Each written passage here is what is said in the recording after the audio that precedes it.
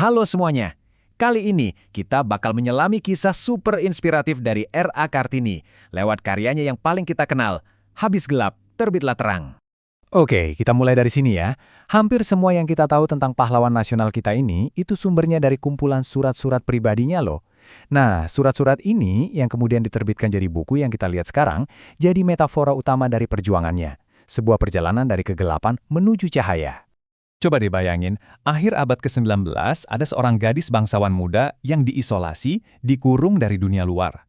Tapi, justru dari dalam kamarnya itulah, pemikirannya bisa memicu sebuah revolusi yang gagasannya masih terasa banget sampai hari ini. Nah, buat ngerti perjuangannya, kita harus mulai dari dunianya dulu, sebuah tempat yang bisa kita sebut sangkar emas. Yang menarik, ide-ide progresif ini ternyata udah ada di keluarganya loh. Kakeknya misalnya, seorang bupati yang udah percaya kalau pendidikan itu penting buat semua, cewek maupun cowok. Jadi benih perubahannya itu udah ada dari awal. Nah, Kartini sendiri lahir di lingkungan yang bisa dibilang istimewa. Ayahnya itu seorang adipati atau bupati yang juga ngedukung pendidikan buat putrinya. Tapi ya, keistimewaan ini juga datang dengan aturan-aturan yang super ketat. Dan disinilah rintangan terbesarnya muncul. Namanya tradisi pingit. Ini tuh adat yang ngurung anak perempuan bangsawan di rumah sejak umur 12 tahun sampai mereka nikah. Kebayangkan konfliknya? Di satu sisi dia dapat pendidikan modern, tapi di sisi lain dia harus ngikutin tradisi yang kaku banget. Jadi gimana caranya dia bisa menemukan suaranya di tengah kegelapan kayak gitu? Yuk kita lihat gimana justru keterbatasan itu bisa melahirkan perlawanan. Kutipan ini benar-benar nunjukin isi hatinya. Ini bukan cuma soal pendidikan loh, ini tentang harga diri, tentang kemandirian, keinginan buat bebas dan gak bergantung sama siapapun, itulah yang jadi bahan bakar perjuangannya. Terus apa yang dia lakuin? Hebatnya, dia mengubah pengasingannya jadi semacam universitas pribadi. Dia baca banyak banget buku, dan yang paling penting, dia mulai nyambung lagi sama dunia luar, lewat surat-suratan sama teman-temannya di Belanda. Dan lewat surat-surat inilah dia nemuin mentor-mentor intelektualnya. Orang-orang kayak keluarga Van Kalskamfol sama Pak Abendanon ini jadi teman diskusinya yang ngebantu dia ngebentuk dan mempertajam ide-idenya soal emansipasi. Nah, dari sinilah aktivitas menulisnya ini berkembang. Bukan lagi sekedar nulis biasa, tapi jadi bentuk aktivisme yang paling kuat. Kekuatan sebuah pena. Coba kita pikirin bareng-bareng deh. Gimana sih caranya berjuang buat kebebasan kalau kamu aja dikurung di satu ruangan? Gimana caranya mulai pergerakan kalau keluar rumah aja nggak bisa? Jawabannya, ya ini. Kamu berjuang dengan pena sebagai pedangmu. Ruang kerjanya ini jadi medan perangnya. Disinilah dia nyusun strategi, berdebat, dan nyebarin gagasannya, kata demi kata.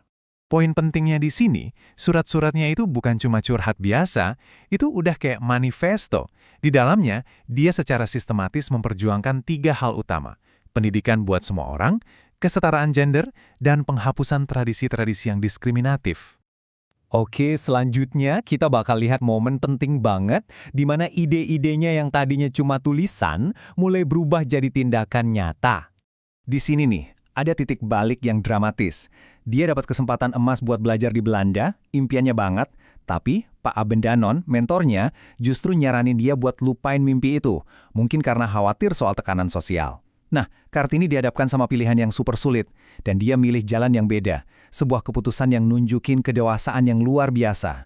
Jadi daripada dia pergi ninggalin rumahnya buat ngejar pendidikan buat dirinya sendiri, dia mutusin buat bawa pendidikan itu ke rumahnya, ke komunitasnya. Ini bukan kekalahan ya, tapi ini justru definisi ulang yang keren banget dari tujuannya, dari kemajuan pribadi jadi kemajuan bersama. Oke, sekarang kita masuk ke bagian akhir dari ceritanya. Tentang gimana warisannya terus hidup bahkan setelah kematiannya yang begitu cepat. Sayangnya, hidupnya berakhir secara tragis dan singkat. Di usia 25 tahun, nggak lama setelah melahirkan anak pertamanya, Kartini meninggal dunia. Rasanya kayak cahayanya padam terlalu cepat ya. Tapi, disinilah keajaibannya terjadi. Pak Abendanon, sahabat penanya itu, ngumpulin semua surat-surat pribadinya dan nerbitin jadi buku. Tiba-tiba, percakapan pribadinya jadi seruan publik. Suaranya yang dulu terkurung, sekarang bergema melintasi waktu. Dan dampaknya luar biasa. Sebelum Kartini, pola pikir masyarakat itu kan terikat sama tradisi yang diskriminatif. Setelahnya, gagasan-gagasannya membuka jalan buat pendidikan dan memicu gerakan emansipasi yang lebih luas. Ini perubahan budaya yang besar banget. Warisannya itu bukan cuma ide loh, tapi juga tindakan nyata. Terinspirasi dari dia, sekolah Kartini mulai muncul di mana-mana di seluruh negeri. Ini benar-benar wujud nyata mimpinya buat ngasih pendidikan ke perempuan, dan mastiin cahayanya nggak akan pernah padam. Jadi, ini pemikiran terakhir buat kita semua. Kartini pakai teknologi di zamannya, pena dan kertas buat menyuarakan perubahan.